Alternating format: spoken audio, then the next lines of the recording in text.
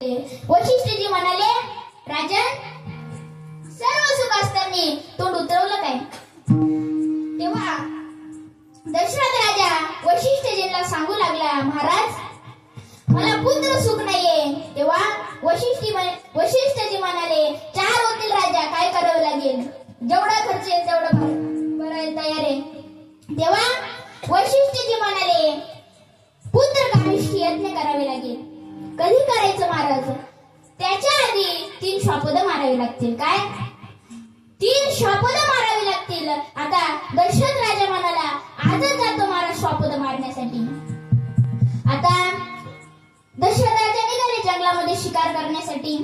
दिवस झाला, दिवस मावळला, संध्याकाळ झाली, सायंकाळ झाली आणि दशरथ राजाला मात्र शिकार काही भेटली नाही. काय? रात्र झाली आणि दशरथ राजाला शिकार भेटली नाही. मात्र दशरथ राजाने विचार केला, सकाळपर्यंत आपण 3 श्वापद मारून अयोध्येमध्ये जाऊ. रात्रीचे 2 वाजले आणि त्यांनी एक तळं दिसलं आणि त्या तळ्याच्या शेजारी एक झाड होतं. त्यांनी विचार केला, या तळ्यामध्ये कोणी पशु पाणी पिण्यासाठी येईल आणि तो आला की आपण त्याला बाण मारू. आता दशरथ राजा बसले त्या झाडावर. 2 वाजले होते, 2:30 वाजले होते आणि त्या रस्त्याने श्रवण बाळ आपल्या 2 जन्मता अंध आई वडिलांना घेऊन काशी यात्रेला निघालेले होते. दोघे आई वडील अंध आहे, त्यांना डोळ्यात दिसत नाही. दोघे आई वडिलांना घेऊन श्रवण बाळ काशी यात्रेला निघालेले होते. मात्र रस्त्यामध्ये सायंकाळ होती. तेव्हा त्याच्या दोन्ही आई वडिलांना खूप तहान लागली. त्यांनी विचार केला, आपल्या मुलाला आपण एवढे कष्ट देतोय, आपण तहान रोखून ठेवायला पाहिजे. मात्र रात्रीचे 2 वाजले, 2:30 वाजले आणि श्रवण बाळाचे आई वडील त्याला सांगतायत, श्रवण, अरे सायंकाळपासून आम्हाला खूप तहान लागलेले आहे. मात्र या जगामध्ये अशी एकही आई वडील आहे की तुला मुलाला एवढे कष्ट देतील. आता सायंकाळ झाली, सायंकाळपासून आम्हाला तहान लागलेले आहे. आता आवरे ना, आता तू आमच्यासाठी पाणी घेऊन ये. श्रवण बाळाने कमंडूर हातात घेतला आणि पाण्याच्या शोधामध्ये निघाले. त्याला एक तळ दिसलं. त्या तळ्याच्या शेजारी होतं झाड. त्या झाडावरती होते दशरथ राजे.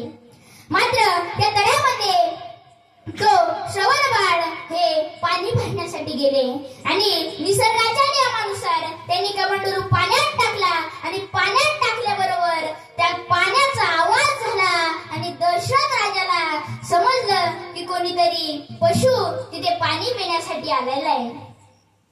दशरथ राजाचा बाण हा खूप नेम होता. दशरथ राजाने आपला बाण काढला आणि तो बाण पशु समजून श्रवण बाळाला मारला आणि श्रवण बाळाला मारल्याच्या नंतर तो बाण श्रवण बाळाच्या छातीमध्ये शिरला आणि श्रवण बाळ मूर्छित अवस्थेत खाली पडले.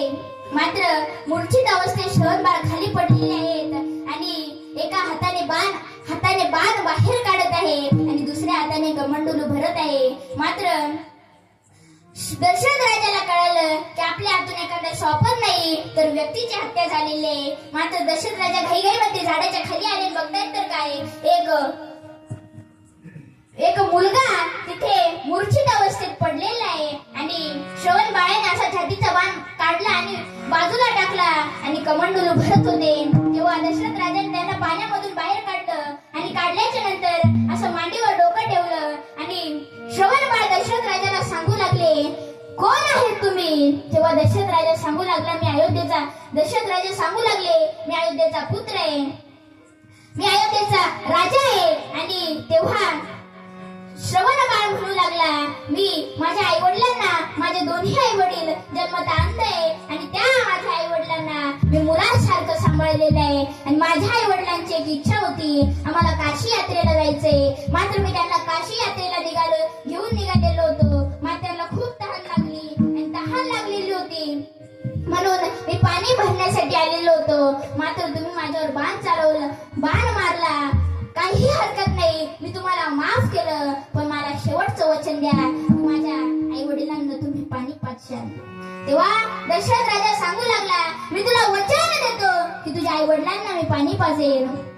आणि श्रवण बाळाने प्राण त्यागला. तेव्हा त्याच्या आई वडिलांची चर्चा चालू होती. त्याची आई म्हणत होती की आपल्या श्रावणाला काही दुखापत झाली नसेल ना, तेव्हा त्याचे वडील म्हणतायत असं काही अपशब्द काढू नको. आपल्या श्रवण बाळाला काहीही झालं नसेल तेव्हा त्याची आई म्हणते जंगलातून वाघांचे, सिंहाचे, ओरड्यांचे आवाज येत होते म्हणून माझ्या मनामध्ये वाईट प्रश्न निर्माण झाला. तेव्हा दशरथ राजा श्रवण बाळ मूर्छित अवस्थेत होते आणि दशरथ